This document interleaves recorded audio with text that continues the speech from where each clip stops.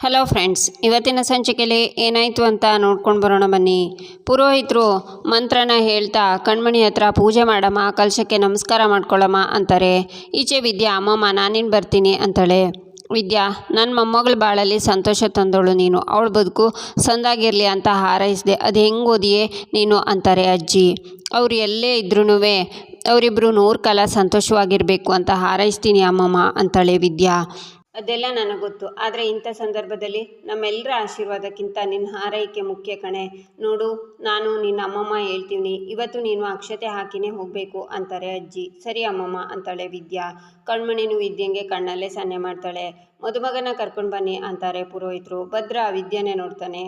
ಅವರನ್ನು ಬಿಟ್ಟು ಇವರನ್ನು ಬಿಟ್ಟು ಮದುವೆಗೊಂಡು ಯಾರು ಅಂದರೆ ಕೊನೆಗೆ ಆ ಡ್ರೈವರ್ ರಾಕಿನೇ ಆದ ನೋಡು. ಒಟ್ಟಿನಲ್ಲಿ ನಿನ್ನ ಬೇಳೆ ಬೇಯಿಸ್ಕೊಳ್ಳೋಕೆ ಹೋಗಿ ನಾನು ಕಷ್ಟಪಟ್ಟಿರೋದನ್ನು ಹೈಲೈಟ್ ಆಗದೆ ಇರೋ ತರಹ ಮಾಡಿಬಿಟ್ಟೆ ಅಂತಾಳೆ ವಿನಂತಿ. ಇರಲಿ ಬಿಡೆ, ಮುಂದಿನ ಅವಕಾಶ ಸಿಕ್ಕಿದಾಗ ನೋಡೋಣ ಅಂತಾರೆ ಸಾವಿತ್ರಿ. ಇನ್ನೂ ಯಾವ ಪ್ಲ್ಯಾನು ಮಾಡಬೇಡ ಕಣವ, ಸುಮ್ಕೆ ನಿಂತ್ಕೋ ಅಂತಾಳೆ ವಿನಂತಿ. ಈಚೆ ರಾಕಿ ರೆಡಿಯಾಗಿ ಬಂದು ಕಣ್ಮಣಿ ಪಕ್ಕ ಕೂತ್ಕೊಂಡು ವಿದ್ಯೆಗೆ ಕೈ ಮುಗಿತಾನೆ. ವಧುವರರು ಹಾರ ಬದಲಾಯಿಸ್ಕೊಳ್ಳಿ ಅಂತಾರೆ ಪುರೋಹಿತರು. ಇಬ್ಬರು ಹಾರ ಬದಲಾಯಿಸ್ಕೋತಾರೆ. ಇಬ್ಬರು ಮಾಂಗಲ್ಯಕ್ಕೆ ಪೂಜೆ ಮಾಡಬೇಕು ಅಂತ ಪೂಜೆ ಮಾಡಿಸ್ತಾರೆ. ಇಬ್ಬರು ಮಾಂಗಲ್ಯನ ಮುಟ್ಟಿ ನಮಸ್ಕಾರ ಮಾಡ್ಕೊಳ್ಳಿ ಅಂತಾರೆ. ನೋಡಿ ತಾಯಿ, ಈ ಮಾಂಗಲ್ಯನ ತಗೊಂಡು ಹೋಗಿ ಎಲ್ಲರ ಹತ್ರ ಆಶೀರ್ವಾದ ತಗೊಂಡು ಬನ್ನಿ ಅಂತಾರೆ ಪುರೋಹಿತರು. ಚಂಪಾ ಎಲ್ರಿಗೂ ಮಾಂಗಲ್ಯನ ಮುಟ್ಸ್ಕೊಂಡು ಬರ್ತಾಳೆ. ಗಟ್ಟಿ ಮೇಳ ಅಂತಾರೆ ಪುರೋಹಿತರು. ರಾಕಿ ಕಣ್ಮಣಿಗೆ ತಾಳಿನ ಕಟ್ತಾನೆ. ಎಲ್ಲರೂ ಅಕ್ಷತೆನ ಹಾಕ್ತಾರೆ. ಈಶ್ವರಿ ಅಕ್ಷತೆನ ಬಿಸಾಕ್ತಾಳೆ. 100 ಕಾಲ ಸಂದಾಗ ಬಾಳಮ್ಮ ಅಂತ ಶಿವರಾಮೇಗೌಡರು ಆಶೀರ್ವಾದ ಮಾಡ್ತಾರೆ. ಭದ್ರನು ಆಶೀರ್ವಾದ ಮಾಡ್ತಾನೆ. ನಾನು ಮದುವೆನ ಅಲ್ಲೇ ಮಾಡಬೇಕು ಅಂದ್ಕೊಂಡೆ, ಅನಿವಾರ್ಯ ಇಲ್ಲಾಗೋಯ್ತು, ಆದರೂ ಪರವಾಗಿಲ್ಲ, ತುಂಬ ಚೆನ್ನಾಗಿ ನಡೆಸ್ಕೊಟ್ಟಿದ್ದೀರಾ. ಆದರೆ ನನ್ನ ಮಗಳು ಅಳಿಯನ್ನ ಇಲ್ಲಿಂದನೇ ನನ್ನ ಮನೆಗೆ ಕರ್ಕೊಂಡು ಹೋಗ್ತೀನಿ, ನೀವೆಲ್ಲರೂ ಇಲ್ಲಿಂದನೇ ಆಶೀರ್ವಾದ ಮಾಡಿ ಕಳಿಸ್ಕೊಡಿ ಅಂತಾರೆ ಕಣ್ಮಣಿ ಮಾವ. ಅಲ್ಲ ಅಣ್ಣ, ಈಗ ತಾನೇ ಮದುವೆ ಆಗದೆ, ಒಂದಿನಾದರೂ ನಮ್ಮ ಜೊತೆ ಇರಲಿ ಬಿಡಿ ಅಂತಾರೆ ಮೋನ. ಸಾಧ್ಯನೇ ಇಲ್ಲ ಮೋನ, ನೀವು ಯಾರು ಮರು ಮಾತಾಡದೆ ಇವರಿಬ್ಬರನ್ನ ನನ್ನ ಜೊತೆ ಕಳಿಸ್ಕೊಡ್ಬೇಕು ಬಾವ, ನಿಮಗೂ ಅದನ್ನೇ ಹೇಳ್ತಿರೋದು ಅಂತಾರೆ ಕಣ್ಮಣಿ ಮಾವ. ಆಯಿತು ಬಿಡಿ ಬಾವ, ನೀವೇನು ಅಂತ ಗೊತ್ತಿದ್ರೂ ನಾನು ಹಠ ಮಾಡೋಕ್ಕಾಯ್ತದೆ, ಆದರೆ ಇಲ್ಲಿಂದನೇ ಬೇಡ, ಮೊದಲು ನಮ್ಮ ಮನೆ ತುಂಬಿಸ್ಕೊಂಡು ಆಮೇಲೆ ನಿಮ್ಮ ಮನೆಗೆ ಕರ್ಕೊಂಡು ಹೋಗಿರುವಂತೆ ಅಂತಾರೆ ಶಿವರಾಮೇಗೌಡರು. ಸರಿ ಅಮ್ಮಮ್ಮ, ನಾನು ಹಟ್ಟಿಗೆ ಹೋಗಿ ಕಾಲೇಜಿಗೆ ಹೋಗ್ತೀನಿ ಅಂತಾಳೆ ವಿದ್ಯಾ. ಸರಿ ಕಣಮ್ಮ ಅಂತಾರೆ ಅಜ್ಜಿ. ವಿದ್ಯಾ ಅಲ್ಲಿಂದ ಹೊರಡ್ತಾಳೆ. ಭದ್ರ ಅವಳನ್ನೇ ನೋಡ್ತಾನೆ. ವಿದ್ಯಾನು ನಿಂತ್ಕೊಂಡು ತಿರುಗಿ ಭದ್ರನೇ ನೋಡ್ತಾಳೆ. ನಂತರ ಅಲ್ಲಿಂದ ವಿದ್ಯೆ ಬರ್ತಾಳೆ.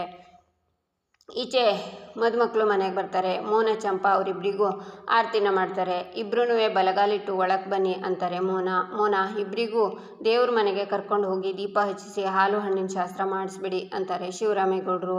ಸರಿ ರೀ ಅಂತ ಮೋನ ಇಬ್ಬರನ್ನೂ ಕರ್ಕೊಂಡು ಹೋಗ್ತಾರೆ. ಎಲ್ಲರೂ ಅಲ್ಲಿಂದ ಹೋಗ್ತಾರೆ. ಈಶ್ವರಿ ಸಿಟ್ಟಿಂದ ನೋಡ್ತಾರೆ. ಈಚೆ ವಿದ್ಯಾ ಮನೆಯಲ್ಲಿರುವಾಗ ಅಲ್ಲಿಗೆ ರಾಕಿ ಮತ್ತು ಕಣ್ಮಣಿ ಬಂದು ಅತ್ತಿಗೆ ಅಂತ ಕರೀತಾಳೆ. ಕಣ್ಮಣಿ, ಅಣ್ಣ ಅಂತೂ ಇಂತೂ ಪಿರೂತಿ ಮಾಡಿ ನೀವು ಆಸೆ ಪಟ್ಟಂಗೆ ಹಟ್ಟಿಯವ್ರ ಮುಂದೆ ಎಲ್ಲರ ಮುಂದೆ ನಿಮ್ಮ ಮದುವೆ ಆಯ್ತಲ್ಲ, ನನಗೆ ಅಟ್ಟೆಯೇ ಸಾಕು, ನಿಮ್ಮಿಬ್ಬರಿಗೂ ನನ್ನ ಕಡೆಯಿಂದ ಶುಭಾಶಯಗಳು ಅಂತಾಳೆ ವಿದ್ಯಾ.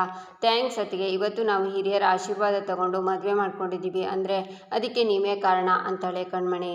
ನಿಮ್ಮ ಮಾತು ಕೇಳಿದೆ ದುಡುಕಿ ಮದುವೆ ಆಗಿದ್ದರೆ ಅದೇನಾಗ್ತಿತ್ತು ಅಂತ ನೆನೆಸ್ಕೊಂಡ್ರೆ ಭಯ ಆಗ್ತದೆ ಅಂತಾನೆ ರಾಕಿ. ಸದ್ಯಕ್ಕೆಲ್ಲ ಒಳ್ಳೇದಾಯ್ತಲ್ವೇ, ಇನ್ನಾದರೂ ಖುಷಿಯಾಗಿರಿ ಅಂತಾಳೆ ವಿದ್ಯಾ. ಆಗ ಭದ್ರ ಬಂದು ರಾಕಿ ಗುಬ್ಬಿ ಮರಿ ಅಂತಾನೆ. ಈಗ ಅವರು ನಿಮ್ಮ ತಂಗಿ ಗಂಡ, ರಾಕಿ ಅಂತ ಕರೆಯೋದು ಬಿಟ್ಟು ಗೌರವದಿಂದ ಭಾವ ಅಂತ ಕರಿಬೇಕು ಅಲ್ವೇ ಅಂತಾಳೆ ವಿದ್ಯಾ. ಹಾಗೆಲ್ಲ ಏನಿಲ್ಲ ಚಿಕ್ಕೌಡ್ರೆ, ಮೊದಲು ನೀವು ಹೆಂಗೆ ಕರಿತಿದ್ರು ಹಾಗೆ ಕರೀರಿ, ಅದೇ ನನಗೆ ಖುಷಿ ಅಂತಾನೆ ರಾಕಿ. ಅಣ್ಣ, ಅದೇನದು ಚಿಕ್ಕೌಡ್ರು ಅಂತ, ನೀವೀಗ ಹಟ್ಟಿ ಅಳಿಯ, ನಿಮಗೆ ಸಿಗಬೇಕಾಗಿರೋ ಗೌರವ ಸಿಗಬೇಕು, ಸುಮ್ಕಿರಿ ನೀವು ಅಂತಾಳೆ ವಿದ್ಯಾ. ಹಲೋ, ನಮ್ಮ ಹಟ್ಟಿ ಅಳಿಯಂಗೆ ಹೇಗೆ ಗೌರವ ಕೊಡಬೇಕು ಅಂತ ನನಗೆ ಬಹು ಸಂದಾಗ ಗೊತ್ತದೆ, ಅದನ್ನು ನನಗೆ ಯಾರನ್ನು ಹೇಳ್ಕೊಡ್ಬೇಕಾಗಿಲ್ಲ ಅಂತಾನೆ ಭದ್ರ. ಅಣ್ಣ ಥ್ಯಾಂಕ್ ಯು, ಅದು ಅಪ್ಪನ ಮುಂದ್ಗುಟ್ಟೆ ನನ್ನ ಪರವಾಗಿ ಮಾತಾಡಿ ನನ್ನ ಮದುವೆ ಮಾಡಿ ಕೊಟ್ಟಿದ್ದಕ್ಕೆ ಥ್ಯಾಂಕ್ಸ್ ಅಣ್ಣ ಅಂತಾಳೆ ಕಣ್ಮಣಿ. ನನ್ನ ಗುಬ್ಬಿ ಮರಿ ಸಂತೋಷದ ಮುಂದೆ ನನಗೆ ಬೇರೆ ಏನಿದ್ದತೆ ಹೇಳು. ಅಲ್ಲ ಗುಬ್ಬಿ ಮರಿ, ನೀನು ಮೊದಲು ಹೀಗೆ ಅಂತ ನನ್ನ ತಾವ ಒಂದೇ ಒಂದು ಮಾತು ಹೇಳಿದಿದ್ರೆ ಇಷ್ಟೆಲ್ಲ ಆಗೋಕ್ಕೆ ಬಿಡ್ತಾನೆ ಇರಲಿಲ್ಲ ಅಂತಾನೆ ಭದ್ರ. ಕೆಲವೊಂದು ಕಿತ ಯಾರು ಯಾಕೆ ಹೇಳ್ತಾರೆ ಅನ್ನೋ ಸೂಕ್ಷ್ಮವಾಗಿ ಅರ್ಥ ಮಾಡ್ಕೋಬೇಕು, ಎಲ್ಲನೂ ಬಾಯ್ಬಿಟ್ಟು ಹೇಳೋಕ್ಕಾಗಕ್ಕಿಲ್ಲ ಅಂತ ಹೇಳು ಕಣ್ಮಣಿ ಅಂತಾಳೆ ವಿದ್ಯಾ. ಬಾಯ್ಬಿಟ್ಟು ಹೇಳದೆ ಹೋದರೆ ನಮ್ಗೆ ಹೇಗೆ ಅರ್ಥ ಆಯ್ತದೆ ಅಂತ ಕೇಳು ಕಣ್ಮಣಿ ಅಂತಾನೆ ಭದ್ರ. ಅವ್ರ ಮಾತನ್ನು ಕೇಳಬೇಕು ಅಂತ ಮನಸ್ಸಿದ್ರೆ ಎಲ್ಲ ತಿಳಿತದೆ ಅಂತ ಹೇಳು ಕಣ್ಮಣಿ. ನೋಡು ಕಣ್ಮಣಿ, ಅರ್ಥ ಮಾಡಿಕೊಂಡ್ರು ಹೆಂಡ್ರ ಮಾತಿಗೆ ಬೆಲೆ ಕೊಡು. ಗಂಡ ಸಿಗಬೇಕು ಅಂದರೆ ಪುಣ್ಯ ಮಾಡಿರಬೇಕು. ನಿನಗೆ ನಿನ್ನ ಪ್ರಾಣಕ್ಕಿಂತ ಹೆಚ್ಚಾಗಿ ಪ್ರೀತಿ ಮಾಡಿ ತಾಳಿ ಕಟ್ಟಿದರೆ ಏನಾಯ್ತದೆ ಅಂತ ಗೊತ್ತಿದ್ರೂ ನಿನ್ನ ಮಾತಿಗೆ ಬೆಲೆ ಕೊಟ್ಟು ತನ್ನ ಜೀವದ ಹಂಗನ್ನು ಬಿಟ್ಟು ತಾಳಿ ಕಟ್ಟೋಕ್ಕೆ ಸಿದ್ಧ ಆಗಿರೋ ಗಂಡ ಸಿಕ್ಕವ್ರೆ. ನೀವಿಬ್ಬರು ಒಬ್ರಿಗೊಬ್ರು ಬಿಟ್ಕೊಡ್ದೆ ಜೀವನ ಪೂರ್ತಿ ಖುಷಿಯಾಗಿರಬೇಕು ಅಂತಾಳೆ ವಿದ್ಯಾ. ಭಾವ, ಬೇರೆಯವ್ರ ಥರ ಪ್ರೀತಿ ಮಾಡಿದ ಗಂಡಂಗೆ ಸುಳ್ಳು ಹೇಳಿ ಮೋಸ ಮಾಡೋ ಗುಣ ಅಂತೂ ನನ್ನ ತಂಗಿಗಿಲ್ಲ ಅಂತಾನೆ ಭದ್ರ. ಈಗ ಆ ವಿಷಯದ ಬಗ್ಗೆ ಎಲ್ಲ ಮಾತಾಡಿದರೆ ನಾನು ಸುಮ್ಕೆ ಇರೋಕ್ಕಿಲ್ಲ ಅಂತ ವಿದ್ಯೆ ಮುಂದೆ ಬರ್ತಾಳೆ. ಏನು ಮಾಡಿಯೇ ಅಂತ ಭದ್ರನು ಮುಂದೆ ಬರ್ತಾನೆ. ಅಂತ ಕಣ್ಮಣಿ ಮಧ್ಯೆ ಬಂದು ಇಬ್ಬರನ್ನ ತಳ್ತಾ, ಅಣ್ಣ ಅತ್ತಿಗೆ ಪ್ಲೀಸ್ ಜಗಳ ಆಡಬೇಡಿ, ನಾವು ಬಂದಿರೋದು ನಿಮ್ಮ ಆಶೀರ್ವಾದ ತಗೋಬೇಕು ಅಂತ. ನೀವಿಬ್ಬರು ಸಂತೋಷದಿಂದ ನಮಗೆ ಆಶೀರ್ವಾದ ಮಾಡಿ ಅಂತಾಳೆ. ಅಯ್ಯಯ್ಯೋ ಕಣ್ಮಣಿ, ನಿಮಗೆ ಆಶೀರ್ವಾದ ಮಾಡೋಷ್ಟು ದೊಡ್ಡವಳು ನಾನಲ್ಲ, ಬೇಕಾದರೆ ಅವ್ರ ಆಶೀರ್ವಾದ ತಗೊಳ್ಳಿ ಅಂತಾಳೆ ವಿದ್ಯಾ. ಆಶೀರ್ವಾದ ಮಾಡೋಕ್ಕೆ ಬೇಕಾಗಿರೋದು ದೊಡ್ಡ ಮನಸ್ಸು, ಅದು ನಿಮ್ಮಿಬ್ಬರಿಗೂ ಅದೇ. ಅದಕ್ಕೆ ನೀವಿಬ್ಬರು ಒಟ್ಟಿಗೆ ನಿಂತು ನಮ್ಮಿಬ್ಬರಿಗೂ ಆಶೀರ್ವಾದ ಮಾಡಿ ಅಂತಾನೆ ರಾಕಿ. ಏನು, ನಾನು ಇವಳು ಕುಟ್ಟೆ ನಿಂತ್ಕೋಬೇಕೆ? ಅದೆಲ್ಲ ಆಗದೆ ಇರೋ ಮಾತು ಅಂತಾನೆ ಭದ್ರ. ನಾನೂ ಇಲ್ಲೇನು ಕಾಯ್ಕೊಂಡು ನಿಂತಿಲ್ಲ ಓಹೋ ಅಂತಾಳೆ ವಿದ್ಯಾ. ಅಣ್ಣ ನೀನು ತಿರುಗಾ ಶುರು ಮಾಡಬೇಡ, ನಿನ್ನ ತಂಗಿಗೋಸ್ಕರ ಇಷ್ಟು ಮಾಡೋಕ್ಕಿಲ್ವೇ ಅಂತಾಳೆ ಕಣ್ಮಣಿ. ನನ್ನ ಗುಬ್ಬಿ ಮರಿ ಇಷ್ಟು ಕೇಳ್ತಾಳೆ ಅಂದಮೇಕೆ ಮಾಡದೇ ಇರ್ತೀನಿ, ಅವಳನ್ನು ಒಂದು ಕಿತ ಕೇಳಿಬಿಡು ಅಂತಾನೆ ಭದ್ರ. ಅತ್ತಿಗೆ ಪ್ಲೀಸ್ ಅತ್ತಿಗೆ ಅಂತಾಳೆ ಕಣ್ಮಣಿ. ಸರಿ ಆಯಿತು ಅಂತಾಳೆ ವಿದ್ಯಾ. ಅಣ್ಣ ಅತ್ತಿಗೆ ಪಕ್ಕ ಬಾ ಅಂತಾಳೆ ಕಣ್ಮಣಿ. ಇಬ್ಬರು ಒಟ್ಟಿಗೆ ನಿಂತ್ಕೋತಾರೆ. ರಾಖಿ ಕಣ್ಮಣಿ ಅವರಿಬ್ಬರು ಕಾಲಿಗೆ ಬೀಳ್ತಾರೆ. ದೀರ್ಘ ಸುಮಂಗಲಿ ಭವ ಅಂತ ಭದ್ರ ವಿದ್ಯಾ ಅಕ್ಷತೆನ ಹಾಕ್ತಾರೆ. ಭದ್ರ ರಾಖಿ ಕೈನ ಹಿಡ್ಕೊಂಡು ಅವನ ಕೈ ಮೇಲೆ ಕಣ್ಮಣಿ ಕೈ ಇಟ್ಟು, ನನ್ನ ಗುಬ್ಬಿ ಮರಿ ಕೈನ ನಿನ್ನ ನಂಬಿ ನಿನ್ನ ಕೈ ಮೇಲೆ ಇಡ್ತಿದ್ದೀನಿ, ಹುಷಾರಾಗಿ ನೋಡ್ಕೋಬೇಕು ಅಂತಾನೆ. ನಮ್ಮ ಅಣ್ಣನೂ ಆಟೆಯ, ನಂಬಿದವರಿಗೆ ಯಾವತ್ತೂ ಕೈ ಬಿಡೋಕ್ಕಿಲ್ಲ ಅಂತಾಳೆ ವಿದ್ಯಾ. ನಮ್ಮ ತಂಗಿನೂ ಆಟೆಯ, ಆಸೆ ತೋರಿಸಿ ಮೋಸ ಮಾಡೋಕ್ಕಿಲ್ಲ ಅಂತ ಮತ್ತೆ ಇಬ್ಬರು ಜಗಳ ಶುರು ಮಾಡ್ತಾರೆ. ಕಣ್ಮಣಿ ನಗ್ತಾ ದೃಷ್ಟಿ ತೆಗಿತಾಳೆ. ನಾವಿಬ್ಬರು ಹೋಗೋಣ ಅಂತ ಇಬ್ಬರು ಅಲ್ಲಿಂದ ಹೋಗ್ತಾರೆ. ಈಚೆ ಶಿವರಾಮೇಗೌಡರ ಮುಂದೆ ಈಶ್ವರಿ, ಗೋವಿಂದ, ಭದ್ರ, ಮೋನ, ಚಿತ್ರ, ವಿನಂತಿ, ಸಾವಿತ್ರಿ, ಕೋಟ್ಲೆ ಎಲ್ಲ ನಿಂತಿರ್ತಾರೆ. ನಮ್ಮ ಮನೆ ದೇವ್ರ ಮ್ಯಾಗೆ ಆಣೆ ಮಾಡಿಬಿಟ್ಟು ಹೇಳ್ತೀನಿ ಬಾವ, ಆ ಹುಡುಗ ಕೆಟ್ಟವನು ಅನ್ನೋ ವಿಷಯನೇ ನನಗೆ ಗೊತ್ತಿರಲಿಲ್ಲ.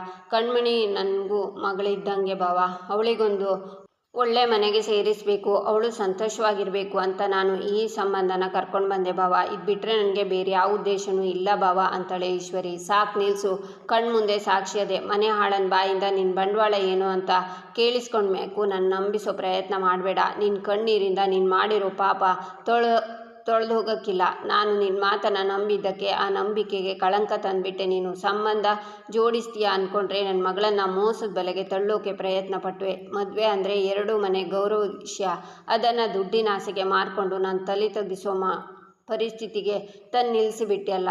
ನಿಮ್ಮನ್ನೆಲ್ಲ ಏನು ಮಾಡಬೇಕು ಅಂತಾರೆ ಶಿವರಾಮೇಗೌಡರು. ಭಾವ ದಿಟ್ವಾಗ್ಲೂ ನಾನು ಅಂತ ಈಶ್ವರಿ ಹೇಳುವಾಗ, ಬೇಡ ನೀನೇನು ಹೇಳೋದು ಬೇಡ, ಹೊರಗಡೆಯವರು ಮಾಡೋ ಮೋಸಕ್ಕಿಂತ ಮನೆಯವರು ಮಾಡೋ ದ್ರೋಹ ಇದೆಯಲ್ಲ, ಅದು ಬಹಳ ನೋವು ಕೊಡುತ್ತೆ ಅಂತ ಕೇಳಿದ್ದೆ. ಅದನ್ನು ನೀನು ದಿಟ ಮಾಡಿಬಿಟ್ಟೆ. ಆ ನಂಜೇಗೌಡನ ಮನೆತನ ಎಂಥದ್ದು ಅಂತ ಗೊತ್ತಿದ್ದು ಕೂಡ ಹಟ್ಟಿ ತನಕ ಕರ್ಕೊಂಡು ಬಂದಲ್ಲ, ನೀನು ಮಾಡಿರೋ ದ್ರೋಹ ಕ್ಷಮಿಸುವಂಥದ್ದೇ. ನಿನ್ನ ಮಗನ ಜೊತೆ ಸೇರಿಕೊಂಡು ನನಗೆ ಕಳಂಕ ತರೋ ಕೆಲಸ ಮಾಡಿದ್ರಲ್ಲ, ಅವತ್ತೇ ನಿಮ್ಮನ್ನು ಮನೆಯಿಂದ ಆಚೆ ಹಾಕಿದಿದ್ರೆ ಇವತ್ತು ನನಗೆ ಇಂಥ ಪರಿಸ್ಥಿತಿ ಬರ್ತಿರ್ಲಿಲ್ಲ. ನಿಮ್ಮ ವಿಚಾರದಲ್ಲಿ ಮೌನವಾಗಿ ಇದ್ಬಿಟ್ಟು ತಪ್ಪು ಮಾಡಿಬಿಟ್ಟೆ. ಇನ್ನು ಮುಂದ್ಗುಟ್ಟೆ ಅಂಥ ತಪ್ಪು ನಾನು ಮಾಡೋಕ್ಕಿಲ್ಲ, ನೀವು ಮಾಡಿರೋ ತಪ್ಪಿಗೆ ಅಂತಾರೆ ಶಿವರಾಮೇಗೌಡರು. ಅಲ್ಲ ದೊಡ್ಡಪ್ಪ ಏನೋ ಅಂತ ಚಿತ್ರ ಹೇಳುವಾಗ ಉಸಿರು ತೆಗಿಬೇಡ, ಸಂಬಂಧಗಳು ನಿಂತಿರೋದೇ ಒಂದು ನಂಬಿಕೆ ಮೇಲೆ ಅಂತ ನಂಬಿಕೆನ ಸಾಯಿಸಿಬಿಟ್ರಲ್ಲ. ನಾನು ಪ್ರೀತಿ ವಿಶ್ವಾಸನೇ ಮುಖ್ಯ ಅಂದ್ಕೊಂಡಿದ್ದೆ, ಆದರೆ ನೀವು ಹಣ ಆಸ್ತಿ ಅಂತಸ್ತು ಇದೇ ಮುಖ್ಯ ಅಂದ್ಕೊಂಡ್ಬಿಟ್ರಲ್ಲ. ಎಂಥ ಕೆಲಸ ಮಾಡಿಬಿಟ್ರಿ, ಇವತ್ತಿಗೆ ಮುಗೀತು, ಇನ್ಮ್ಯಾಕಿಂದ ನಾನು ಯಾರನ್ನೂ ನಂಬಕ್ಕಿಲ್ಲ ಅಂತ ಶಿವರಾಮೇಗೌಡರು ಆಳ್ತಾರೆ. ನೀವು ಮಾಡಿರೋ ತಪ್ಪಿಗೆ ಶಿಕ್ಷೆನೋ ಕ್ಷಮೆನೋ ಕೊಡೋ ಮನಸ್ಸು ನನಗಿಲ್ಲ. ಯಾಕಂದರೆ ಇವನ ತಪ್ಪನ್ನೆಲ್ಲ ನೋಡಿದ ಮ್ಯಾಕೆ ಇವ್ರ ಮೇಲಿನ ಕೋಪಕ್ಕಿಂತ ಇವ್ರು ಮಾಡಿರೋದೇ ನನಗೆ ಹೆಚ್ಚು ಸಂಕಟ ಕೊಡ್ತಾಯಿದೆ. ಇವಳಿಗೆ ಗಂಡನಾಗಿ ಅವಳಿಗೆ ಅಪ್ಪನಾಗಿ ಏನು ಶಿಕ್ಷೆ ಕೊಡ್ತೀಯೋ, ಕ್ಷಮಿಸ್ತೀಯೋ, ದೂರ ಇಡ್ತೀಯೋ ಅದು ನಿನಗೆ ಬಿಟ್ಟಿದ್ದು. ಒಂದು ಮಾತು ಹೇಳ್ತೀನಿ, ನಂಬಿಕೆ ಒಡೆದ ಜಾಗದಲ್ಲಿ ಮತ್ತೆ ಮನೆ ಕಟ್ಟೋದು ತುಂಬ ಕಷ್ಟ ಅಂತ ಅಳ್ತಾ ಅಲ್ಲೇ ಕುಸಿತಾರೆ ಶಿವರಾಮೇಗೌಡರು. ಆಗ ಭದ್ರ ಅಪ್ಪಯ್ಯ ಅಂತ ಹಿಡ್ಕೋತಾನೆ. ನಂತರ ಶಿವರಾಮೇಗೌಡರು ಸೋಫಾ ಮೇಲೆ ಕೂತ್ಕೋತಾರೆ. ಗೋವಿಂದ ಅಂತಾರೆ ಅಜ್ಜಿ. ಗೋವಿಂದ ಸಿಟ್ಟಿಂದ ಹೋಗ್ತಾರೆ. ರೀ ಅಂತಾರೆ ಈಶ್ವರಿ. ಆಗ ಗೋವಿಂದ ಚಾಟಿನ ತಗೊಂಡು ಬರ್ತಾರೆ. ಈಶ್ವರಿ ಮತ್ತು ಚಿತ್ರಂಗೆ ಚಾಟಿಯಿಂದ ಸರಿಯಾಗಿ ಬಾರಿಸ್ತಾರೆ. ವಿದ್ಯಾ ತಪ್ಪು ಮಾಡಿದ್ಲು ಅಂತ ಇವಳೇ ಅಲ್ವಾ ಅವಳು ಶೆಡ್ಡಲ್ಲಿ ಬದುಕಬೇಕು ಅಂತ ಹೇಳಿದ್ದು. ಅವಳು ಅವಳ ಮಗಳು ಇಬ್ಬರೂ ಅದೇ ಶಿಕ್ಷೆ ಅನುಭವಿಸ್ಬೇಕು. ಈ ಕ್ಷಣದಿಂದ ಇವರಿಬ್ಬರಿಗೂ ಈ ಹಟ್ಟಿಯೊಳಗೆ ಜಾಗ ಇಲ್ಲ, ಹೋಗಿ ಆ ಶೆಡ್ ಒಳಗೆ ಬದುಕಬೇಕು ಅಂತಾರೆ ಗೋವಿಂದ. ಇಲ್ಲಿಗೆ ಈ ಸಂಚಿಕೆ ಮುಕ್ತಾಯವಾಗುತ್ತೆ. ಮುಂದಿನ ಸಂಚಿಕೆಗಾಗಿ ನಮ್ಮ ಚಾನಲನ್ನು ನೋಡಿ ಸಬ್ಸ್ಕ್ರೈಬ್ ಮಾಡಿ, ಲೈಕ್ ಮಾಡಿ, ಸಪೋರ್ಟ್ ಮಾಡೋದನ್ನು ಮರಿಬೇಡಿ.